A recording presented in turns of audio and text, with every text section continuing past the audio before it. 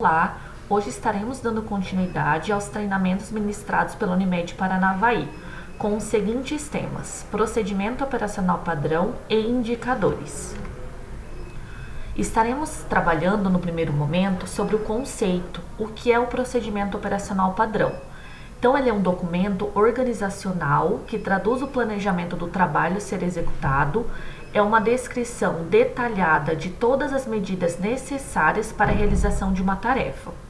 Então, o POP ele apresenta instruções das sequências das operações e sua frequência de execução, apontando os seguintes elementos. Então, responsável pela execução e a listagem dos equipamentos necessários para executar essa atividade, essa tarefa, peças e materiais utilizados e principalmente a descrição dos procedimentos que devem ser executados nas atividades críticas.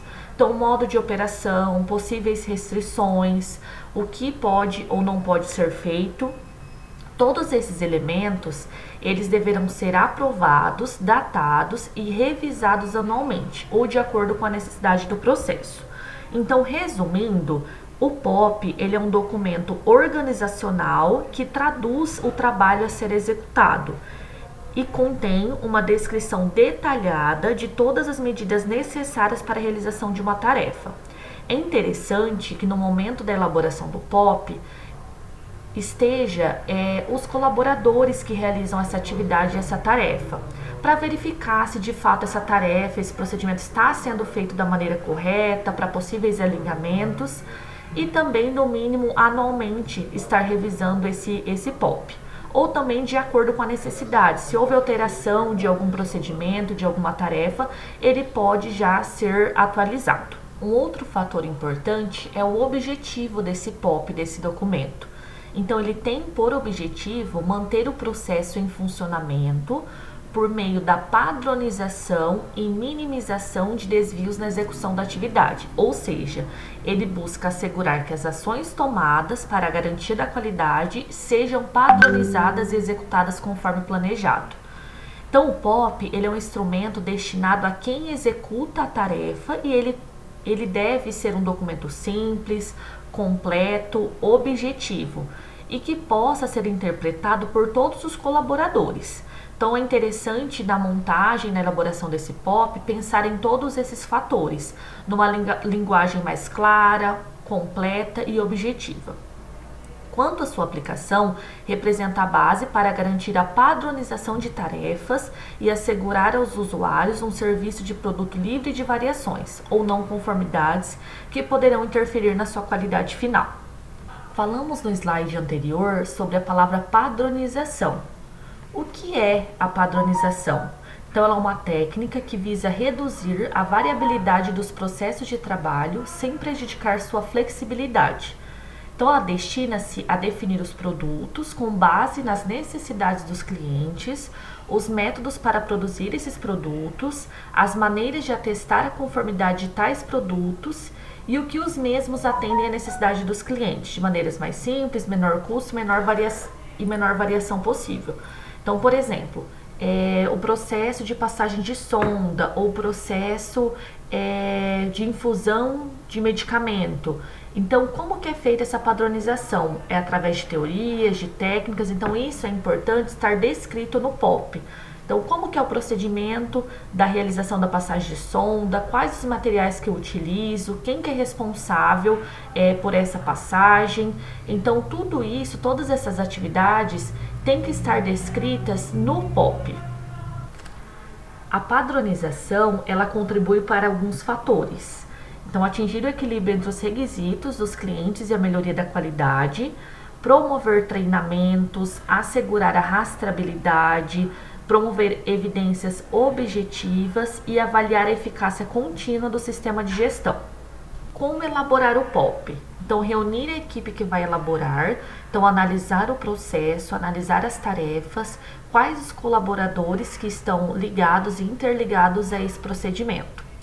Estabelecer que processos serão inseridos no POP, levar material bibliográfico, descrever a realidade da instituição, discutir com os líderes envolvidos no processo para tirar um consenso, então chegar a um consenso daquele procedimento e daquela tarefa, e principalmente a aprovação, depois dessa aprovação, treinamento com todos os colaboradores que realizam essas atividades e a divulgação para eles. Então, o POP, ele deve conter alguns itens. Então, nome, qual que é o objetivo desse POP, documentos de referência, se são manuais, se são legislações, resoluções, qual o local de aplicação dessa atividade, siglas com a definição, descrição de todas as etapas e seus executores e responsáveis, e principalmente também sobre a guarda desse POP. Ele vai ficar em meio físico, meio eletrônico, quem vai controlar as revisões desse POP, o controle dos documentos, dos POPs da instituição. Então é interessante também, além da execução do POP, ter alguém responsável sobre esses POPs, a guarda e revisões, número de revisões, data de revisão. Em resumo, o procedimento operacional padrão, ele segue essas 6 etapas. Primeiro é a parte de elaboração, então será analisado todos os processos dentro da instituição, verificar com os colaboradores envolvidos nesse processo, chegar a um consenso, que é a segunda etapa, então consenso dessas atividades, dessas tarefas, quais os materiais utilizados, equipamentos utilizados. Terceiro, aprovação da supervisão. Quarto, divulgação, que é extremamente interessante, a divulgação desse procedimento operacional padrão com a equipe. Capacitação, então treinamentos da padronização desses procedimentos. E o sexto, gerenciamento. Então, mesmo realizando o procedimento operacional padrão, a capacitação, é interessante o gerenciamento dessas atividades. Então, qual a importância dessa documentação? Então, por que é importante documentar? Para a padronização dos processos de trabalho, para facilitar também a compreensão e execução dos processos, racionalizar o trabalho, uniformizar o cuidado, treinar o pessoal e para facilitar também a compreensão do paciente. O próximo tema é sobre indicadores. Indicadores. Então, o que é o indicador? Qual a importância desse indicador? Como que é feita essa análise crítica através do resultado? Então, os indicadores são características numéricas utilizadas para acompanhar o desempenho ao longo do tempo. São instrumentos elaborados e usados para valorar o cumprimento dos objetivos e metas. São as variáveis dependentes do modelo experimental, usadas para quantificar os resultados das ações. São critérios explícitos de medida que permitem estabelecer conclusões objetivas sobre os aspectos particulares dos programas.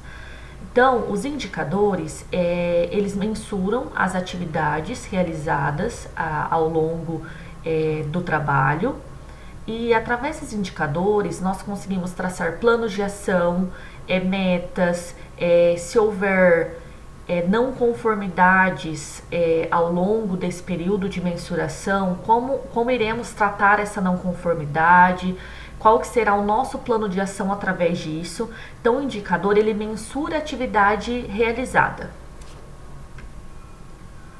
Falaremos também um pouquinho sobre os indicadores de desempenho. Então, são dados que representam o desempenho de uma atividade, processo ou organização.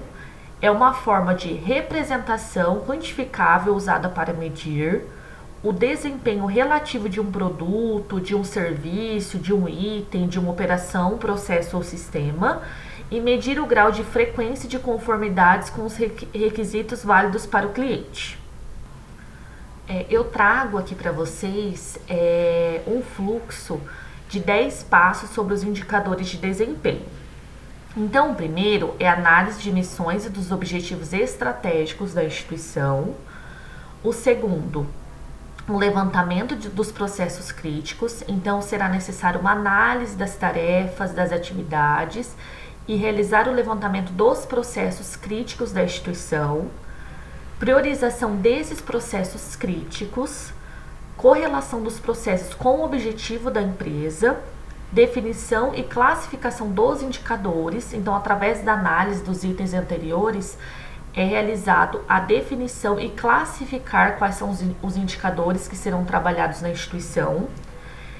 Definição das responsabilidades, então, X indicador será responsável da enfermagem, da qualidade e assim por diante. Definição das metas e especificações, então é bem importante essa questão de definição de metas, até para verificar o cumprimento dessas metas, o que está acontecendo para o não cumprimento. Um exemplo, aumento de lesão por pressão, aumento do número de queda dos pacientes dentro da instituição. Então, o que está acontecendo? Qual é o plano de ação da instituição referente a isso?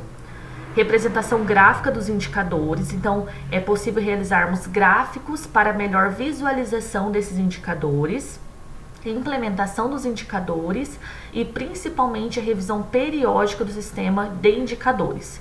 Então, passou um ano, passou um determinado tempo, esse indicador, vou continuar com esse indicador ainda ou não? Esse indicador já não é mais um processo crítico na minha instituição. Então, é interessante analisar periodicamente também o sistema de indicadores. Então, qual a importância dos indicadores na instituição?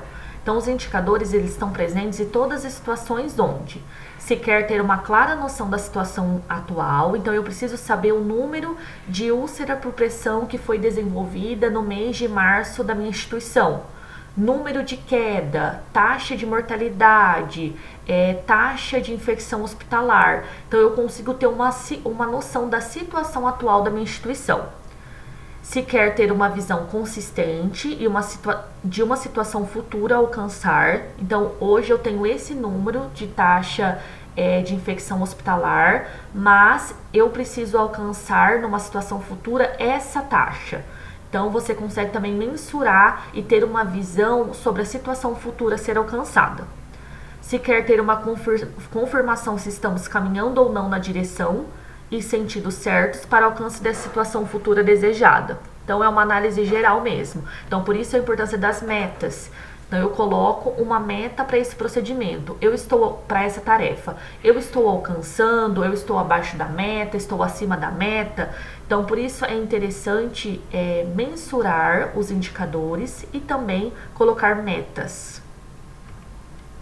Representação gráfica. Então, é importante acompanhar graficamente o desempenho dos processos críticos do hospital para visualizar a tendência dos dados e seu comportamento ao longo do tempo. E os indicadores, eles podem ser representados graficamente, com meta e tipo de característica de qualidade que está sendo medida e deve ser abrangidas nos gráficos. Então, através do gráfico, nós conseguimos colocar os indicadores, as metas, a taxa do referido mês, até para uma visualização melhor daquela situação. E também pode ser divulgado com os colaboradores, pode ser colocado em murais sobre esses indicadores ao longo do mês, para os colaboradores também ter uma ideia, ter uma noção dos indicadores que são desenvolvidos dentro do hospital e o seu resultado. Análise crítica. Os indicadores devem proporcionar uma análise crítica e tomar ações de melhorias para a diminuição de qualquer risco potencial, principalmente corrigir equívocos ou fragilidades processuais e assistenciais em tempo. Então, por isso, no fechamento desse indicador, é necessário análise crítica. Então, será analisado o indicador, qual foi a meta desse indicador, se houve risco potencial para a parte assistencial desse paciente, né, dessa atividade como um todo. Então, houve aumento de úlcera por pressão, de quedas durante as internações, pacientes foram admitidos sem a pulseira de identificação, houve um aumento da taxa de infecção hospitalar. Então, através desse indicador, dessa mensuração da atividade, é possível realizar planos de ação para melhoria desse indicador ao longo dos meses.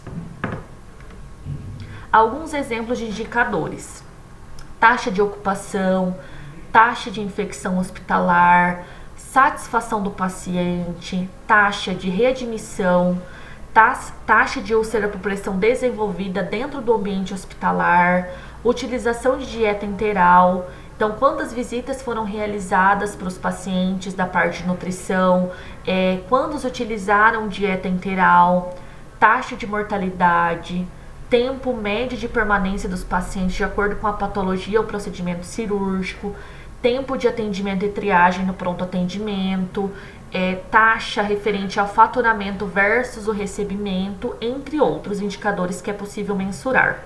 Essa frase que deixo para vocês é bem o que nós conversamos ao longo do treinamento. Então, quando você mede, você sabe alguma coisa, mas quando você não mede, você sabe quase nada.